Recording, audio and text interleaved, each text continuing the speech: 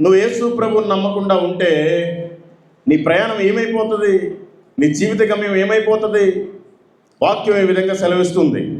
Mark సువార్త 16వ అధ్యాయము 16వ వచనం, నమ్మి బాప్తిసం పొందిన వాడు రక్షింపబడును, నమ్మని వానికి శిక్ష విధింపబడును.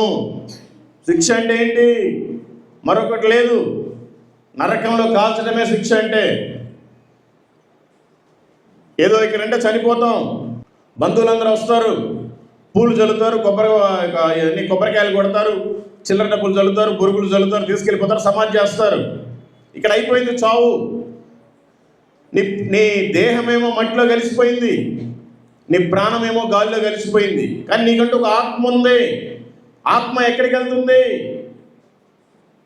ఇక్కడ కన్ను మూస్తే అక్కడ కన్ను తెరుస్తాం. అక్కడ రెండు ఉంటాయి. నువ్వు యేసు ప్రభువు నిజమైన దేవుడిని అంగీకరించి బాప్తిసం తీసుకునేందుకు సాక్షిగా బ్రతికితేనేమో నీ ప్రయాణం పరలోకం. ఎన్నిసార్లు చెప్పినా వినకుండా నీ ఇష్టానుసారం నువ్వు జీవించి మాకు చాలామంది దేవుళ్ళు ఉన్నారులే అనుకొని నువ్వు అనుకుంటే నీ ప్రయాణం పాతాళమే. పాతాళంలో ఏముంది? బైబిల్ ఈ విధంగా సెలవిస్తుంది. మార్కు సువార్త 9వ అధ్యాయము 48వ వచనం, నరకమున వారి పురుగు చావదు, అగ్ని ఆరదు. బైబిల్లో ఇద్దరు వ్యక్తులు ఉన్నారు.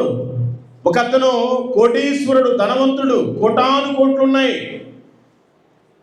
ఒక అతను ఎందుకు పనికిరాని దరిద్రుడు, అతని పేరు లాజరు. ఆ దరిద్రుడు రోజు ఈ ధనవంతుడి దగ్గరికి వచ్చి భోజనం చేసేటప్పుడు కాసుకొని కింద కూర్చునేవాడు. ఈ ధనవంతుడు ఏమైనా తిని మిగిలిపోయిన ఎముకలన్నా కిందేస్తాడేమో, మిగిలిపోయిన రొట్టె ముక్కలైనా కిందేస్తాడేమో, మిగిలిపోయిన అన్నం మెతుకులైనా కిందేస్తాడేమో, అవైనా ఏరుకొని తిందాము అని కాపు కాసుకొని కూర్చుంటూ ఉండేవాడు. ఒళ్ళంతా పుండ్లు, కుక్కలు నాకుతూ ఉండేవి, ఈగలు ముసురుతూ ఉండేవి. ఒకరోజు చనిపోయాడు. అబ్రహాము రొమ్మును కొనిపోబడ్డాడు. ధనవంతుడు కూడా చనిపోయాడు. పాతాళానికి వెళ్ళిపోయి యాతన పడుతున్నాడు. అయ్యా తండ్రివైన అబ్రహామా, ఈ పాతాళంలో యాతన పడలేకపోతున్నానయ్యా. నేను మిగిలిస్తే ఆ తినే దరిద్రుడేమో నీ రొమ్మునున్నాడయ్యా.